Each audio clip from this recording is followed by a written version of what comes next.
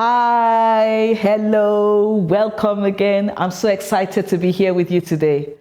And I think more exciting for me is the topic I'm going to be looking at, because doing this also makes me think about me. And one of the things I've realized in life is that if it doesn't start from me, if it's not real with me, then how can it be real with my listeners?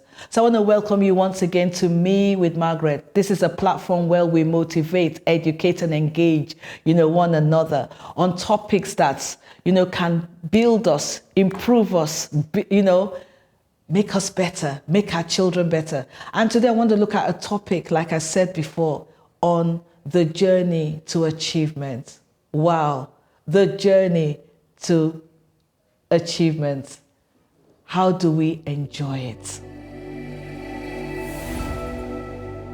Now, one of the most common business terms, I'm talking really now, especially in the workplace, where I'm seeing that as I'm working even today, is the need to be result-oriented or goal-oriented. This means having the end in mind when planning a project, when planning an activity. And trust me, I know what that is about, because I'm in that mode right now. I've got things that need to happen, and I'm thinking about how is it going to look like? What am I going to do? What am I going to achieve? When I'm doing my reporting, people want to see, what did you achieve? So being result-oriented can also apply to our everyday living, our relationships, our building our relationships with our children, with our spouses, our parenting, our social activities, even our holidays. Can you imagine that? How is that going to look like? What do I want to get out of this? So what I want to say here is that it is great to have these goals. It's great to have, financial aspirations, health goals, academic goals, personal development goals, and there's so many of them.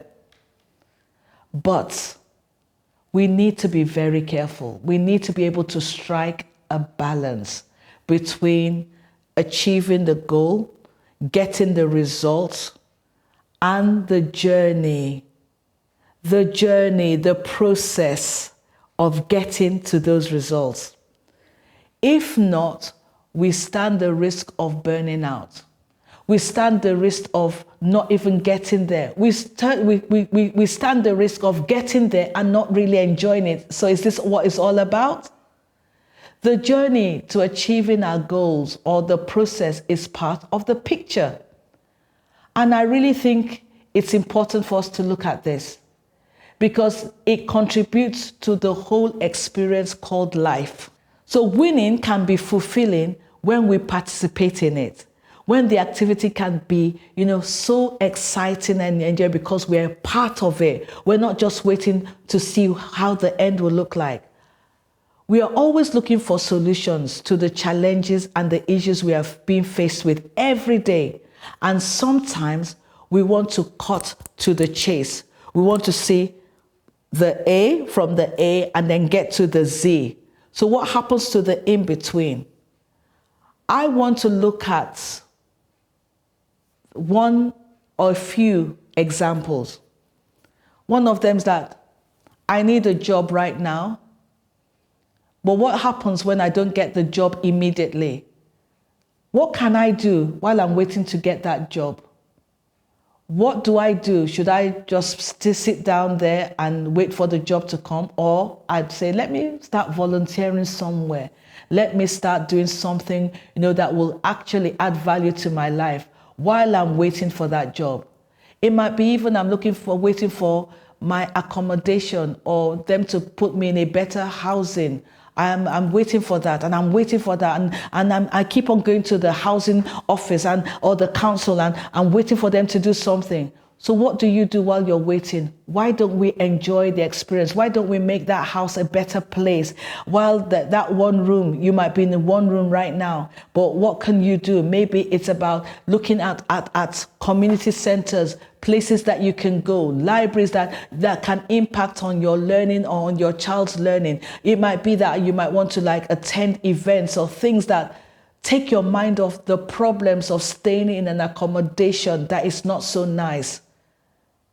Because sometimes you're like, until I get that accommodation or until I get my paper sorted, I'm not going to enjoy life. I tell you, life is short. You really need to think about what you can do. And I also want to say or suggest, let's avoid saying, I can't wait for my child to grow up. I can't wait to see you grow up. Let's enjoy the children at each phase or each stage of their life. When they're babies, let's enjoy them. When they're toddlers, let's enjoy them. When they become, adolescents, teenagers, let's enjoy them, because we can never get that time back. And you might say the stress is a bit much, then get support so that that enjoyment process can be valid. One of the greatest benefits of the journey to achievement is that learning is part of the process. So I want to encourage us to know and understand, as we're going on that process, it will lead to our character building. It will foster relationships, and new lessons are being learned. Every day we're improving, we're making things happen. So as we're enjoying that journey, we're learning in it. In the end, you and I will be better at what we're doing, at parenting, at loving, at transferring knowledge to others. Even the experience we gain, like they say, is the best teacher. So let's learn. Let's not get wrapped up. Let's not get too hung up on just achieving the goal. It's about the process.